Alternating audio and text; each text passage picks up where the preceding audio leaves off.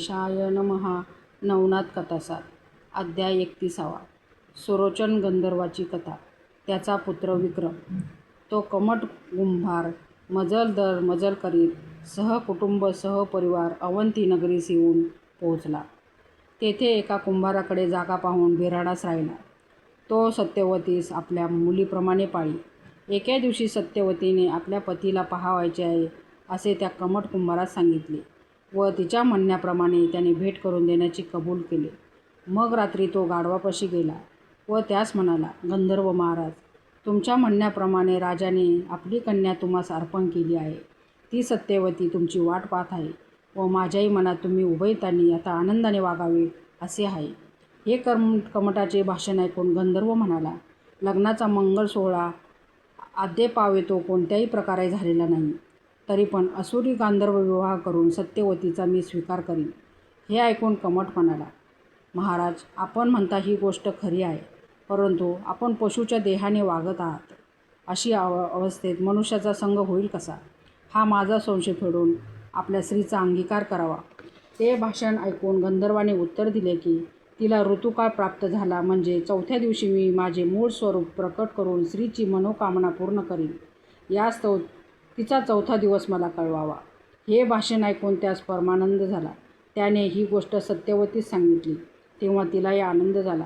पुढे काही दिवस लोटल्यानंतर सत्यवती ऋतुस्नान होऊन चौथा दिवस प्राप्त झाला. त्या दिवशी कमटाने जाऊन गंधर्वास सांगितले. ते ऐकताच त्याने गाढवाचा वेश टाकून सुरोचन गंधर्वाचे स्वरूप प्रकट केले. नंतर त्याने जडावाचे दागिने घातले व भरजरी पोशाख केला. त्यामुळे सूर्याप्रमाणे लखलखीत तेज पडू लागले. ते तेजस्वी रूप पाहून कमटाचा आनंद पोटात मावेनासा झाला. स्वर्गाच्या रत्नाचे आज प्रत्यक्ष आपल्या घरी दर्शन झाल्याने आपण धन्य झालो असे त्यास वाटले. सत्यवती दैववान म्हणून हे पुरुष रत्न तिला प्राप्त झाले असे अनेक दृष्टांत योजना तो आनंदाने सुरोचनाच्या पाया पडला व विनंती करून लागला, महाराज, मी अज्ञानी आहे. मी दृष्टाने तुमची योग्यता न जाणता तुम्हास बहुत कष्ट दिले. तुमच्या पाठीवर ओझी घातली, वाहनासारखा उपयोग केला व निर्दयपणाने मारलेही, तरी माझकडून अज्ञानपणे झालेले अपराध पोटात घालून त्याची क्षमा करून मला पदरात घ्यावे असे म्हणून त्याने पायावर मस्तक ठेवले. मग कमटाने सुरोचन गंधर्वास हाती धरून घरात नेले व सत्यवती त्याच्या स्वाधीन करून तिचा प्रतिपाळ करण्यासाठी विनंती केली. मग ती उभयता एकांतात गेली. तिने त्याची षोडशोपचारे पूजा केली. मग गांधर्व विवाह करून उभयता अत्यंत प्रीतीने रममाण झाली. त्याच रात्री सत्यवतीस गर्भसंभव झाला. गंधर्वाने तिला आपणास शाप दिल्याबद्दलचा सविस्तर मजकूर निवेदन केला. शेवटी तो म्हणाला, हे सत्यवती, तुला पुत्र झाला म्हणजे मी स्वर्गी गमन करीन. तुझा तो पुत्र मोठा योग्यतेत चढेल व विक्रम या नावाने सार्वभौम होऊन राजा होईल. धैर्य, उदारपणा हेही गुण त्याच्या अंगी पूर्ण असतील व तो शककर्ता होईल. असं पुत्ररत्न तू प्रसवशील म्हणजे मी तुझ्या ऋणातून मुक्त झालो असे समज. मी शापमुक्त होऊन तुला टाकून स्वर्गात गेल्यानंतर तू मजविषयी बिलकुल दुःख मनात आणू नकोस. त्या पुत्रापासून तुला अनेक सुखे प्राप्त होतील. असा तिला बोध करून पुन्हा वेश पाठवून सुरोचन गंधर्व गाढव होऊन राहिला. सत्यवतीविषयी लोकांच्या मनात संशय येऊन ही मुलगी कोण आहे असे जो तो कमटास विचारे, तेव्हा तो त्यास सांगे की ही माझी मुलगी आहे. बाळंतपणासाठी मी तिला माहेरी आणली आहे. पुढे 9 महिने भरल्यावर उत्तम वेळेवर ती प्रसूत होऊन पुत्ररत्न झाले. 12व्या दिवशी बारसे करून मुलास पाळण्यात घालून त्याचे नाव विक्रम असे ठेवले. अस्तमान झाल्यावर सुरोचन गंधर्वाने गाढवाचा वेश पाठवून आपले रूप प्रकट केले व घरात जाऊन स्त्रीपासून मुलास मागून घेतले आणि त्याचा मुखचंद्र पाहून तो शापमुक्त झाला. त्याचवेळी त्याच आणावयासाठी इंद्राने मातलीस विमान देऊन पाठविले. तो अवंतीस आल्यावर कमटाकडे गेला. त्यावेळेस सुरोचन परम स्नेहाने मुलाचे मुके घेत बसला होता. इतक्यात मातली त्याच्याजवळ गेला. त्यास म्हणाला, गंधर्वनाथ, तुम्हाला नेण्यासाठी इंद्राच्या आज्ञेने मी विमान घेऊन आलो आहे. तर आता हा पुत्रमोह सोडून विलंब न लावता विमानारूढ व्हावे. अमरनाथ वाट पाहत बसला आहे. मातलीचे ते भाषण ऐकून सुरोचन गंधर्वाने मुलास सत्यवतीच्या हवाली केले व सांगितले की मी आता जातो, तू येथे मुलासह समाधानाने वास कर. तेव्हा ती म्हणाली, प्राणनाथ, मुलाला टाकून तुम्ही कसे जाता? तुमच्यासाठी मी आईबापास व त्यांच्याकडे मिळणाऱ्या सर्व सुखास सोडून या परदेशात आले. तुमच्या वाचून मला कोण आहे? असे म्हणून ती मोठ्या मोठ्याने रडू लागली. तिने त्याच्या गळ्यास मिठी मारली. तेव्हा त्याने तिला सांगितले की तू मुलासमागमे खुशाल आनंदाने राहा. ज्या वेळेस माझे तुला स्मरण होईल त्यावेळेस मी येऊन तुला भेट देईन. असे त्याने तिला वचन देऊन तिचे समाधान केले. मग मुलाला व सत्यवतीला कमठाच्या पदरात घालून त्याची आज्ञा घेऊन गंधर्व विमानारूढ होऊन आपल्या स्थानी गेला. पुढे विक्रम दिवसेंदिवस वाढत चालला. त्याने अल्पवयात चांगली विद्या संपादन केली. पुढे 16 वर्षाचा झाल्यावर त्याने राजाची भेट घेतली व दरबारी मंडळीत विक्रमात चांगला स्नेह झाला. राजाने त्याच गावच्या रखवालीचे काम दिल्यामुळे पहारा करण्यासाठी त्याला गावात फिरावे लागले. त्याप्रमाणे तो कामगिरीवर असता एकदा एके ठिकाणी उतरलेले काही व्यापारी आपली मालमत्ता राखण्यासाठी जागत बसलेले त्यास दिसले. त्यात भर्तरीनाथ होता. त्यास पशुची भाषा समजत होती.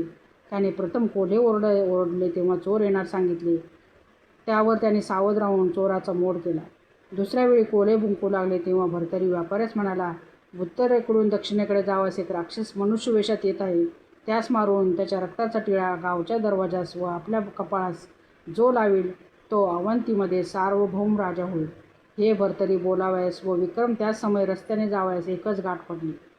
पूर्वी सांगितल्याप्रमाणे चित्रमा गंधर्व पार्वतीच्या शापाने राक्षस होऊन फिरत होता. त्यास शंकराने उशाप दिला होता की सुरोचन गंधर्व शापबुद्ध होऊन पृथ्वीवर फिरेल.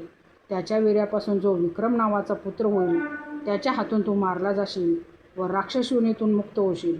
तोच हा राक्षस मारल्यावर तो राजा होईल म्हणून जे भर्तरीने सांगितले ते त्याच विक्रमाविषयी व त्याने ते ऐकलेही होते. तो चित्रमा गंधर्व राक्षस झाला होता तरी पण यावेळी मनुष्यवेश घेऊन तो उत्तरेकडून दक्षिणेत जात होता. इतक्यात विक्रमाने त्यास शस्त्रप्रहार करून जमिनीवर पाडले व त्याच्या रक्ताने वस्त्रे भिजवली आणि आपल्या कपाळी एक टिळा लेखिला. त्याचवेळी राक्षसरूपी गंधर्व शापमुक्त होऊन लगेच विमान आले. त्यात बसून तो जाऊ लागला. त्यास विक्रमाने विचारले की तू राक्षस असता स्वर्गात जातोस, ही गोष्ट माझ्या लक्षात येत नाही. मग त्याने त्यास सांगितले की शंकर पार्वतीच्या खेळापासूनचा वृत्तांत निवेदन केला आणि मी चित्रमा गंधर्व आहे असे सांगून तो स्वर्गास गेला. विक्रमाने राक्षसाचे प्रेत चाचपून पाहिले. तो त्याच्या मुठीत 4 रत्ने सापडली. ही साक्ष पडताच त्याच्या मनात आनंद झाला. भर्तरीची वाणाखणी करण्यास आरंभ केला व हा पुरुष आपल्याजवळ असावा असे त्याच्या मनात आले. नंतर राक्षसाच्या रक्ताचा टिळा गावच्या दरवाजास त्याने लावला. मग विक्रम त्या व्यापाऱ्याकडे पुन्हा गेला. त्यावेळेस ते सर्व भर्तरीस मध्यभागी घेऊन जागत बसले होते. तुम्ही कोण वगैरे व्यापाऱ्याने विक्रमाला विचारले. तेव्हा विक्रमाने आपले नाव सांगून तुमच्या गोष्टीत मन रमले म्हणून आलो असे त्यास सांगितले. त्यावर तुम्ही आमच्या कोणत्या गोष्टी ऐकल्या म्हणून व्यापाऱ्यांनी विक्रमास विचारल्यावर तो म्हणाला, माझा पहारा जवळच आहे त्यामुळे तुमच्या सर्व गोष्टी मला ऐकू आल्या. पण तुमच्यावर जी चोरांची धाड पडली तिचा सुगावा तुम्हास पूर्वी कसा लागला याचा शोध करण्यासाठी मी आलो आहे. चोराचा सुगावा काढण्याची युक्ती तुमच्याकडून समजल्यास आम्हाला बंदोबस्त ठेवण्यास ठीक पडेल. चोराच्या टोळीत एकतर किती मंडळी असतील ती न कळे पण सुमारे 100 आसामी तरी आम्हा पाहिजे. ते चोर येण्याची पूर्वी काही वेळा अगोदर कोल्हे भुंकत होते. ती त्यांची भाषा आमच्याबरोबर जो भर्तरी नावाचा मुलगा बसला होता त्यास समजते. त्याने चोर लुटावयास येणार हे आम्हाला सांगितल्यावरून आम्ही सावध झालो. तेव्हा विक्रमाने त्यास पुरे लक्षात ठेवले. मग काही वेळाने तो तिथून निघून गेला. सुमारे घटिका रात्र राहिल्यावर एक जकातदार शौचात जात होता. त्यास विक्रमाने एकांती सांगितले की गावाबाहेर जे आलेत त्यांच्यापाशी जकातीचा पैसे तुम्ही मागू नका. त्याच्याऐवजी मी तुम्हाला तिप्पट रक्कम देईन. तुम्ही त्यांना तो पैका माफ करून भर्तरी नावाच्या मुलास माझ्याकडे घेऊन यावे. तो माझा भाऊ आहे. तो माझ्या हवाली कराल तर तुम्हाला सातोनात पुण्य लाभेल. अशा प्रकारे विक्रमाने जकातदाराची विनंती केली व द्रव्य लोभास्तव जकातदाराचे वचन देऊन विक्रमाचे म्हणणे कबूल केले.